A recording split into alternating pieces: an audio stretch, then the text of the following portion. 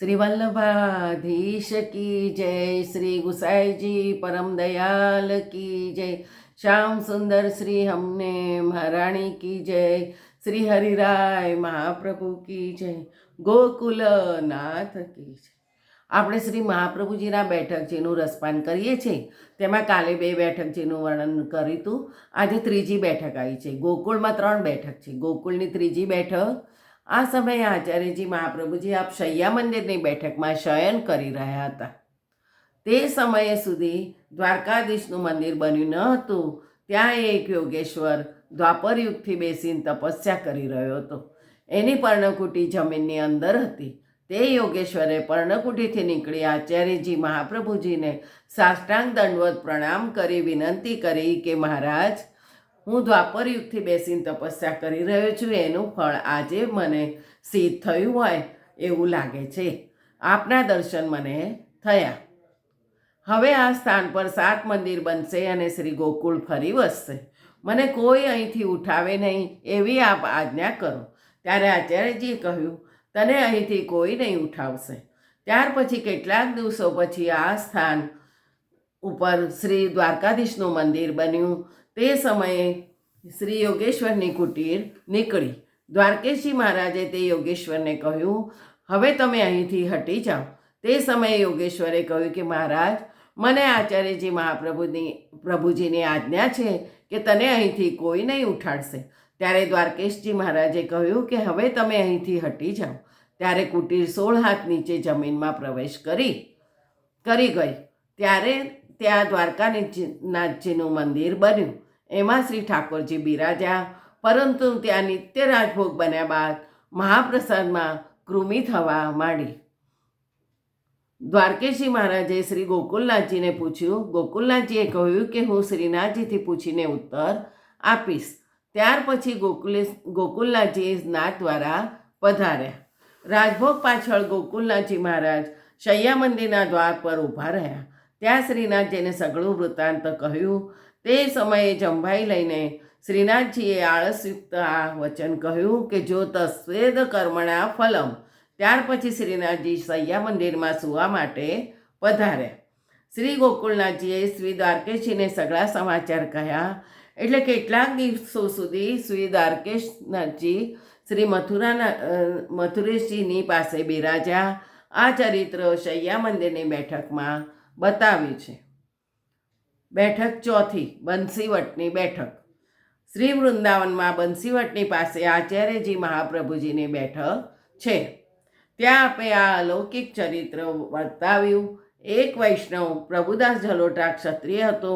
એને આચાર્યજીએ કહ્યું કે પ્રભુદાસ, સુખડી મહાપ્રસાદ લો। ત્યારે પ્રભુદાસે કહ્યું, મહારાજ, મેં સ્નાન કર્યું નથી, સુખડી મહાપ્રસાદ કઈ રીતે લઉં? ત્યારે આચાર્યજી મહાપ્રભુજીએ 2 શ્લોક પદ્મપુરાણના વૃંદાવન મહાત્મ્યના કહ્યા।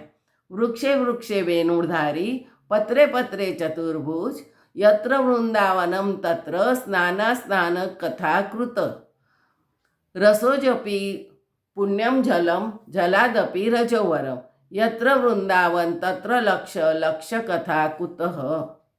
આવું કહીને વૃંદાવનનું સ્વરૂપ બતાવ્યું। વૃક્ષ વૃક્ષ પ્રતિ તથા પત્ર પત્ર પ્રતિ ભગવત દર્શન થયા। ત્યારે પ્રભુદાસ મહાપ્રસાદ લીધો। અને બીજું અલૌકિક ચરિત્ર એ બતાવ્યું કે એને કહે છે કે એક ગોપાલદાસ સનોડિયા કરી કૃષ્ણ ચૈતન્યનો સેવક હતો। તે ભક્તિ માર્ગીય હતો। એણે કૃષ્ણ ચૈતન્યની વિનંતીથી, મહારાજ, મારા માથે કંઈક સેવા પધરાવો। ત્યારે કૃષ્ણ ચૈતન્ય એના માથે શાલિગ્રામજીની સેવા પધરાવી અને તે સેવા કરવા લાગ્યો। પરંતુ એના મનમાં મોટું તાપ, દુઃખ રહેતું હતું કે એનો શૃંગાર કેવી રીતે કરવું, મુકુટ કાચને કેવી રીતે ધરાવવું। ગુરુએ જે સ્વરૂપ પધરાવી છે એના ઉપરાંત બીજું સ્વરૂપ પધરાવી શકાય નહીં। ત્યારે એણે કૃષ્ણ ચૈતન્યથી પુનઃ નિવેદન કર્યું કે મહારાજ, મારું સ્વરૂપ સેવા પધરાવો તો સારું રહે। એ સમયે કૃષ્ણ ચૈતન્ય તો ચૂપ રહ્યા। ત્યાર પછી કૃષ્ણ ચૈતન્ય શ્રી જગન્નાથરાયજીના દર્શન કરવા ગયા। ત્યારે ગોપાલદાસને ઘણો તાપ, દુઃખ જાણીને કૃષ્ણ ચૈતન્યને સપનમાં કહ્યું કે મારું જેટલું સામર્થ્ય છે એટલું જ હું આપી શકું. હું તો ભગવત આજ્ઞાના માર્ગનો ઉપદેશ આપું છું. ભગવત સ્વરૂપનું સામર્થ્ય તો આચાર્યજી મહાપ્રભુજીમાં છે. એટલે જ્યારે તે પધારે ત્યારે એમને વિનંતી કરજે, પ્રાર્થના કરજે, તારા બધા મનોરથો તે પૂર્ણ કરશે.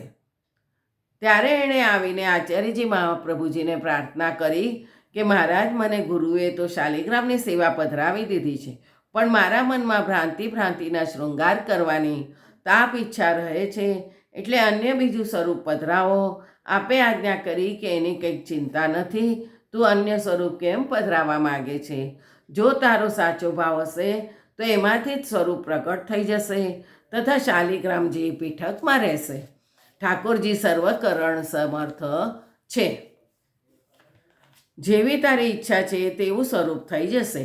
જેવી તારી ઈચ્છા હોય તેવી તું ભાવના કરજે. એ જ રીતે પ્રાતઃકાળ તને દર્શન થશે. ત્યારે તે પોતાના ઘરે આવીને સૂઈ ગયો. પ્રાતઃકાળે એને આચાર્ય મહાપ્રભુજીની કૃપાથી ઈચ્છાનુરૂપ દર્શન થયા. ત્યારે એ ઠાકોરજીનું નામ રાધારમણ થયું. તે હવે વૃંદાવનમાં બિરાજે છે.